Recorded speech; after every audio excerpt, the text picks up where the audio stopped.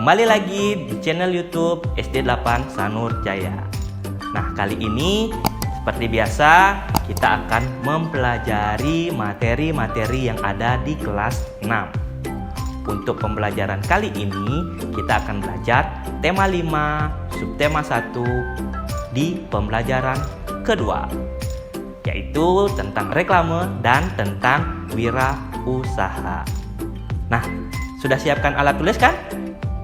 Bagus, pintar sekali.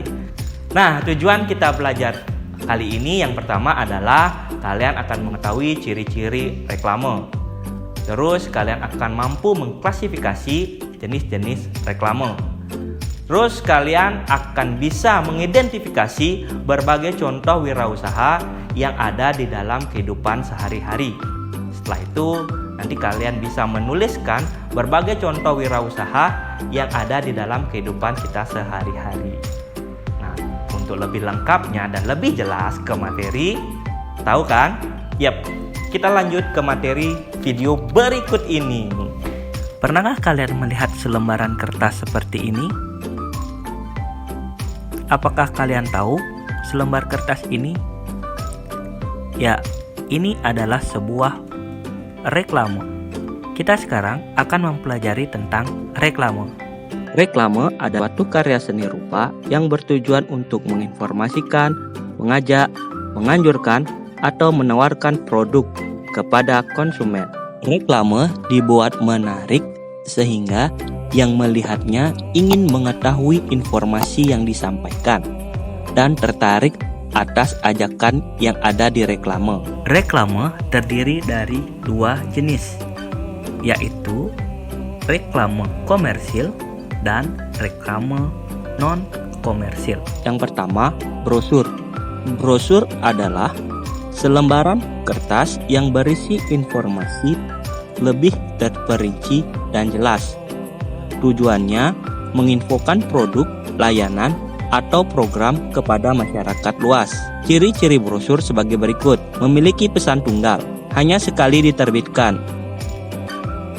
Memiliki desain menarik, isi informasi lengkap dan jelas, terdapat gambar pendukung isi brosur, dan dibuat dengan 2, 3, atau tanpa lipatan. Yang kedua, baliho. Baliho adalah suatu sarana atau media promosi yang memiliki unsur memberitahu informasi event atau kegiatan yang berhubungan dengan masyarakat luas. Selain itu, baliho juga digunakan untuk mengiklankan suatu produk baru. Ciri-ciri baliho sebagai berikut. Mempromosikan suatu barang atau event. Memiliki ukuran yang sangat besar.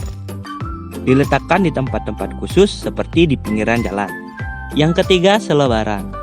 Selebaran merupakan selembar kertas yang digunakan sebagai media promosi atau menyampaikan informasi ke publik. Ciri-ciri selebaran. Yang pertama, menggunakan bahasa yang mudah dimengerti. Yang kedua, menggunakan kalimat singkat, singkat, padat, jelas, dan menarik.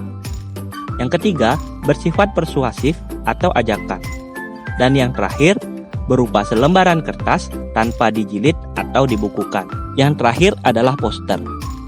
Poster adalah suatu media publikasi yang memadukan antara tulisan, gambar, atau kombinasi keduanya dengan tujuan memberikan informasi kepada khalayak atau masyarakat. Ciri-ciri poster. Ciri-ciri poster adalah: yang pertama, poster harus didesain dengan komposisi huruf dan gambar di atas media datar seperti kertas berukuran besar. Yang kedua, dipasang dengan cara ditempelkan di bidang. Yang kedua, dipasang dengan cara ditempelkan di bidang dengan permukaan rata seperti dinding atau papan dan di tempat-tempat keramaian sehingga menarik perhatian orang.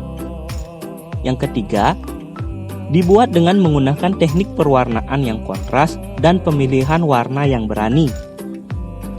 Yang keempat, bahasa yang digunakan singkat, padat, jelas, dan harus mudah dipahami.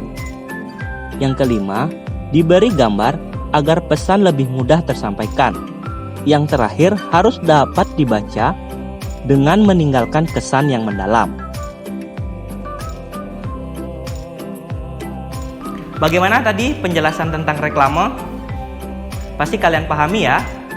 Selanjutnya, kita akan mempelajari tentang contoh-contoh wirausaha. Bagaimana contoh-contoh wirausaha tersebut? Yuk, kita saksikan video lagi. Reklame tidak terlepas dari pekerjaan seseorang atau usaha yang mereka lakukan. Apa itu usaha? Ada yang tahu? Ya, usaha adalah dalam hal ini merupakan kegiatan yang bertujuan mencari untung. Biasanya, usaha dilakukan di bidang perdagangan. Orang yang melakukan usaha disebut pengusaha. Selain usaha, juga dikenal dengan istilah wirausaha. Dalam wirausaha terdapat dua jenis hal yang dihasilkan, yaitu jasa dan barang. Wirausaha yang menghasilkan jasa seperti dokter, guru, tukang pos, atau ojek online. Sedangkan yang menghasilkan barang adalah petani, nelayan, pelukis, dan tukang masak. Nah, sebenarnya masih banyak yang lainnya tentang wirausaha. Kalian dapat memperoleh atau mencari wirausaha lainnya di sekitar rumah kalian. Selamat belajar ya. Nah, demikian pembelajaran kita hari ini. Semoga pembelajaran yang Bapak berikan mampu kalian pahami dan kalian nanti terapkan ya. Sampai jumpa di pertemuan selanjutnya dan video Bapak yang lainnya. Dadah!